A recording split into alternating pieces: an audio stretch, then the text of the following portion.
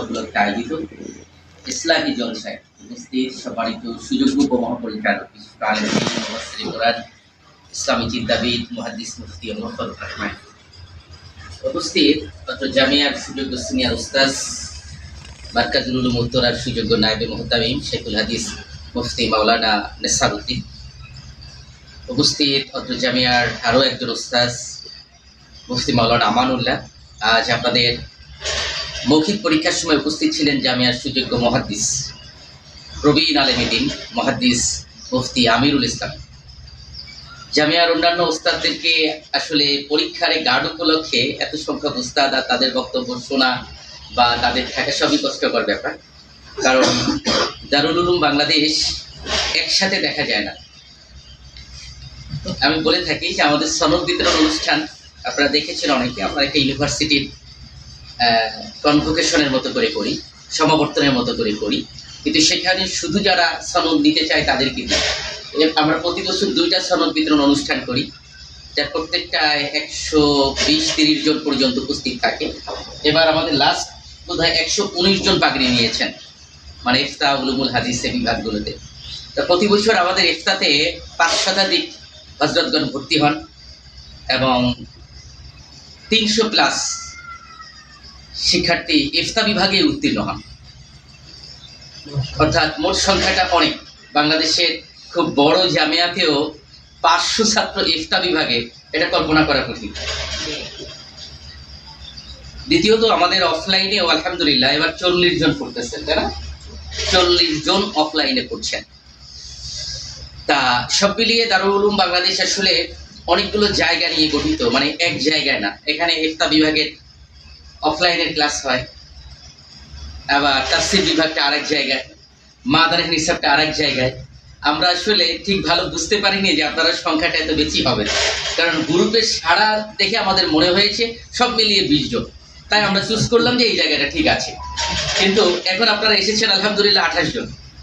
তা এটা বুঝলে আমরা ভিন্ন জায়গায়, মানে আমাদেরই অন্য কোনো শাখাতে আমরা এই আয়োজনটি করতাম। তা যেহেতু এটা ইফতা বিভাগে ভাবলাম ধরে যাবে, তাই এই আয়োজন, কিন্তু মাঝখানে আপনাদের কষ্ট পোহাতে হলো। যেমন রাতেও যারা থাকবেন আমরা বুঝতে পারিনি কয়জন এসে রাতে থাকবে, কারণ রাত 9টা পর্যন্ত মাত্র 2 জন, কিন্তু হঠাৎ করে আমরা দেখলাম যে না, আপনারা 9-10 জন হয়ে গিয়েছেন। তা প্রচণ্ড শীতের এই অবস্থায় স্বভাবত একটু কষ্ট হওয়ার, তা যেটা আসলে আমরা অপ্রস্তুত ছিলাম, যে কারণে আমি জামিয়ার খাদেম হিসেবে ক্ষমা প্রার্থী আপনাদের কাছে। কারণ আপনারা এখানে যারা আছেন সবাই আমার থেকে এলমে আমলে সব জায়গায় বড়, তা সেই জায়গা দিয়ে আসলে আপনাদের খেদমত যথার্থভাবে আমরা করতে পারলাম না। আমরা যদি এটা বুঝতাম তাহলে মহাখালীতে আয়োজন করতাম, কারণ ওখানে 30-40 জনের রাতে ঘুমানোর ব্যবস্থা আছে, আর জায়গার তো অভাবই নেই। কিন্তু আমরা সংখ্যাটার কারণে এটা ঠিক বুঝে ওঠা যায়নি। কারণ আলহামদুলিল্লাহ, তবে প্রথমত মুসলিম উম্মাহকে নিয়ে আছে, দ্বিতীয়ত বাংলাদেশ টার্গেট, কারণ বাংলাদেশ পৃথিবীর অন্যতম বৃহৎ একটি মুসলিম দেশ এবং জুলাই বিপ্লবের পরে এটি একটি সম্ভাবনাময় দেশ, যেখানে ধারণা করা যাচ্ছে যে ইতিমধ্যে যারা ইসলাম নিয়ে কাজ করছেন তাদের যেমন একটি বৃহত্তর শক্তি তৈরি হয়েছে, এবং যদি ঐক্যবদ্ধ থাকতে পারে উলামায়ে কেরাম, তাহলে আগামী দিনে দেশের নেতৃত্ব আর কোনো দাড়িবিহীন লোকেরা দিবে না, বরং দাড়ি টুপিওয়ালা মানুষরাই দেবে ইনশাআল্লাহ। এই কারণে ষড়যন্ত্রটি অনেক বেশি বেগবান, অনেক বেশি। একদিকে আমাদের 3 পাশে ভারত, আর এক পাশে আছে বঙ্গোপসাগর।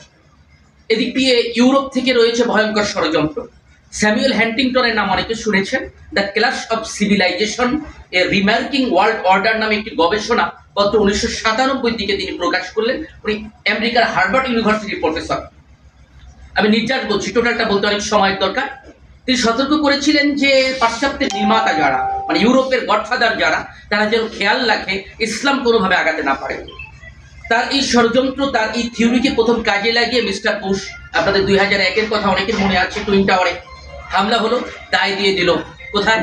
আফগানের উপরে, ওসামা বিন লাদেন রাহমাহুল্লাহর উপরে। কারণ কি? কারণ ওই মুহূর্তে মুসলমানদেরকে লিড করছিল কারা? আফগান লিড করছিল, ওসামা বিন লাদেন লিড করছিল, সহজ ভাষা। এরপরে আমরা দেখলাম যে যখন আফগান শেষ, তখন তারা দেখলো যে লেবাসে পোশাকে যাই থাক, কিন্তু মুসলমানদের ঐক্যবদ্ধ করার এবং মুসলমানদের পক্ষে জোরালো গলায় আওয়াজ তুলছে কে? সাদ্দাম হোসেন। তখন ইরাকের উপরে তারা আক্রমণ করলো। এভাবে ধারাবাহিকভাবে আমরা দেখলাম। এরপরে কি আছে? লিবিয়া, সেখানে গাদ্দাফিকে শেষ করে দেওয়া হচ্ছে। আর ফিলিস্তিনের উপরে তো দিনের পর দিন চলছে। সেই ধারাবাহিকতায় আমরা অন্যান্য দেশেও তাদের ষড়যন্ত্রের অংশ দেখেছি। মিশরে দেখেছি ডাক্তার হাফিজ মুরসি টোটাল তার অনুসারীদের উপরে সীমাহীন নির্যাতন। আমরা তুরস্কেও দেখেছি, আমাদের বাংলাদেশেও আমরা দেখেছি। এখনো যদি আমরা নিজেদেরকে সংঘবদ্ধ করে আরো যোগ্য করে গড়ে তুলতে না পারি, তাহলে আমাদের উপরে এর থেকেও ভয়াল বিপর্যয় আসতে মোটেও দেরি হবে না। তাই এই জায়গাটায় আমাদের আরো বেশি মেহনত করা দরকার। আল্লাহ তাআলা কোরআনে কারিমের সূরা নূরের 55 নম্বর আয়াতে বলেছেন, ওয়াদাল্লাহু আল্লাযীনা আমানু মিনকুম ওয়া আমিলুস সলিহাত লা ইস্তাখলিফান্নাহুম ফিল আরদ। আল্লাহ তাআলা ওয়াদা করেছেন তোমাদের মধ্যে যারা ঈমানদার এবং আমলে সালেহ করে, আল্লাহ তাআলা অবশ্যই তাদেরকে দুনিয়ার খেলাফত দান করবেন। এটা তো আল্লাহর ওয়াদা, আর আল্লাহর ওয়াদা সত্য কি আমরা জানি। সেহেতু সেই ঈমান এবং আমলের বলে বলিয়ান হতে হবে। আত্মপূজা, আত্মপ্রীতি, হিংসা, বিদ্বেষ, গীবত, জগলপুরি, একঘেয়েমি, একদেশদর্শিতা, সংকীর্ণ মনতা, দুর্বল সংকল্পতা, গর্ব অহংকার, প্রদর্শন ইচ্ছা, ত্রুটিপূর্ণ নেয়াজ সবকিছুকে ঝেড়ে ফেলে একমাত্র ইখলাসের সাথে আমাদের এগিয়ে যেতে হবে সামনে। তাকওয়ার নীতিতে আমাদেরকে বলিয়ান হতে হবে। কদ আফলাহা মান যাক্কাহা, সে ব্যক্তি সফল হলো যে নিজেকে পরিশুদ্ধ করে নিল। মুত্তাফাকুন আলাইহি, সে হাদিসটি আপনাদের অবশ্যই স্মরণে আছে, যেটি হযরত নোমান ইবনে বাশীর রাদিয়াল্লাহু তাআলা আনহু থেকে বর্ণিত। নবী আলাইহিস সালাম বলেছেন, ইন্না ফিল জাসাদি মুদগাতান ইযা সালুহাত সালুহাল জাসাদু কুল্লুহু ওয়া ইযা ফাসাদাত ফাসাদাল জাসাদু কুল্লুহু ওয়ালা ওয়াহিয়াল কলব। সেই অন্তরকে পরিশুদ্ধ করার মাধ্যমে আগানো দরকার। অন্যের দোষ ত্রুটি খুঁজে বেড়ানোর চেয়ে আমার নিজের অবস্থা দেখা যাবে যে আমারই তলা ফাঁকা হয়ে গিয়েছে। কারণ আল্লাহর কাছে কার কোন আমলের জন্য কে যে প্রিয় হয়ে যায় এটা বলা বড়ই দুঃসহ ব্যাপার। সেহেতু আমরা নিজেদের ত্রুটিগুলো খোঁজার চেষ্টা করব এবং মানুষকে বুকে জড়িয়ে ধরার চেষ্টা করব।